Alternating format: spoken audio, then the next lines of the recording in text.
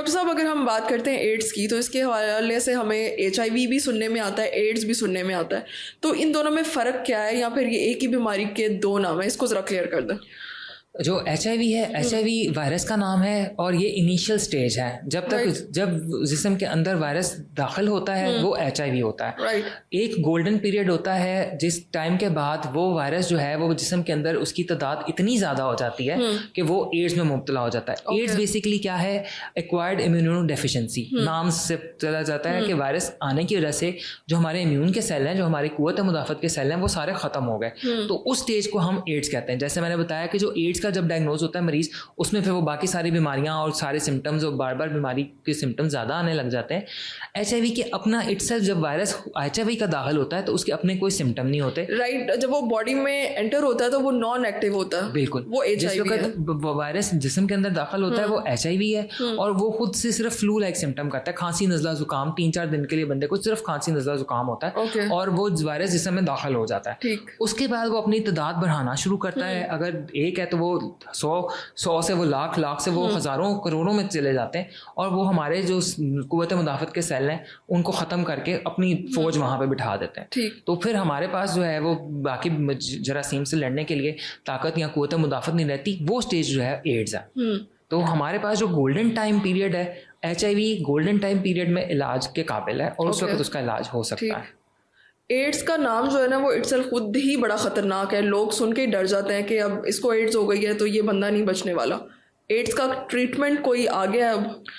आज से कुछ साल पहले यही बताया जाता था कि एड्स से बचें क्योंकि ये एक लाइलाज बीमारी है और इसका कोई इलाज नहीं है, अल्टीमेटली इसका आउटकम डेथ है। अब ऐसा नहीं है। जैसे मैंने बताया कि HIV वायरस है जो कि जिस्म में दाखिल होता है और उसके बाद ये कई साल, ये 6 माह से लेकर 8 साल तक भी ये जिस्म में रह सकता है बगैर कोई सिम्टम किए या बगैर कोई बीमारी शो की है। तो ये जो टाइम पीरियड होता है, गोल्डन पीरियड होता है, इसमें अगर मरीज़ की तशखीस हो जाती है और उसको दवाइयाँ दवाइयों पे आ जाता है, दवाइयाँ दी जा सकती हैं।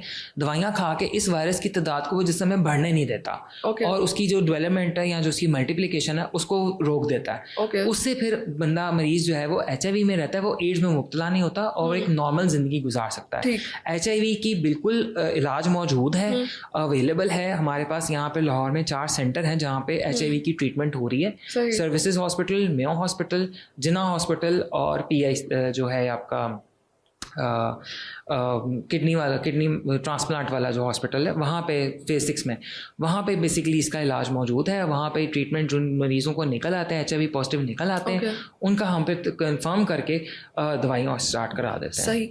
HIV पॉजिटिव के साथ एक इंसान कितने अरसे तक जिंदा रह सकता है या फिर उसका लाइफ स्पैन कितना हो सकता है ज़्यादा से ज़्यादा? देखिए, इसमें सबसे इम्पॉर्टेंट ये चीज़ है, जैसे हम बाकी बीमारियां डिस्कस करते हैं, जितनी जल्दी कोई बीमारी की तशखीस हो जाती है उतनी ज़्यादा उसका लाइफ स्पैन या लाइफ एक्सपेक्टेंसी ज़्यादा हो जाती है। मकसद ये कहने का, अगर खुदा ना खास्ता मरीज़ अभी 6 माह हुए हैं पॉजिटिव हुआ है, साल हुआ है पॉजिटिव हुआ है और वो दवाइयाँ इस्तेमाल करना शुरू हो गया, तो वायरस ने अभी उसके जिस्म को खाना नहीं शुरू किया होता और वायरस पे दवाई भी जल्दी असर करती है और उसकी तादाद को कम करके एक इंसान नॉर्मल ज़िंदगी गुजार सकता है। जितनी उसकी ज़िंदगी लिखी है अल्लाह ताला ने वो गुजार सकता है, नॉर्मल शादी कर सकता है, बच्चे पैदा कर सकता है, लेकिन अंडर सुपरविजन। अगर मरीज़ पॉजिटिव है तो उसको दवाई पर जितनी जल्दी आप डाल सकते हैं या वो ले सकता है, शुरू कर सकता है, उतनी उसकी ज़िंदगी बेहतर हो जाती है और वो नॉर्मल ज़िंदगी गुजार सकता है। ठीक है डॉक्टर साहब, एड्स का जो वायरस है ये कितने तरीक़ों से फैल सकता है, क्योंकि बहुत सारे लोगों को पता ही नहीं है? आप बताएंगे किस तरह फैलता है ताकि लोग जो है वो अपना बचाव कर सकें? एड्स का जो वायरस है बेसिकली HIV वायरस है और ये उसी क्लास का, उसी फैमिली का वायरस है जिसका वायरस जिस तरह हेपेटाइटिस C और B वायरसेस हैं। जैसे वो फैलते हैं वैसे ये फैलता है और इनकी हिस्ट्री या इनकी जो बिहेवियर है बॉडी के अंदर, जिस्म के अंदर, वो तकरीबन एक जैसा है। HIV फैलने के 3 से 4 वजूहात हैं। सबसे पहले ये है कि सेक्सुअल कांटेक्ट, अगर आप एक ऐसे इंसान के कांटेक्ट में आए हैं जो HIV पॉजिटिव है तो उसके जिस्म से हमारे जिस्म में वायरस मुंतकिल हो सकता है। दूसरा इसका तरीका ये है कि अगर आप ब्लड लगवा लेते हैं, अक्सर अमूमन ख़वातीन को प्रेगनेंसी के दौरान, बच्चे की डिलीवरी के बाद या खून की कमी की वजह से लोग ब्लड्स लगवा रहे होते हैं, छोटे बच्चों को भी ब्लड लग रहा होता है। बहुत सारी खून की बीमारियाँ ऐसी हैं, थैलेसीमिया या और ऐसी बीमारियाँ हैं जिनमें खून की तादाद ज़्यादा लगती है या खून बार बार लगवाना पड़ता है। तो उन बच्चों में भी वायरस ये HIV के आने के चांसेस ज़्यादा होते हैं। तो जब भी आप किसी को खून देने जाएं या खून किसी से लगवाएं तो उसके पहले ये टेस्ट किए जाते हैं कि इसको HIV तो नहीं है, और बगैर स्क्रीन शुदा ब्लड किसी भी मरीज़ को नहीं लगना चाहिए।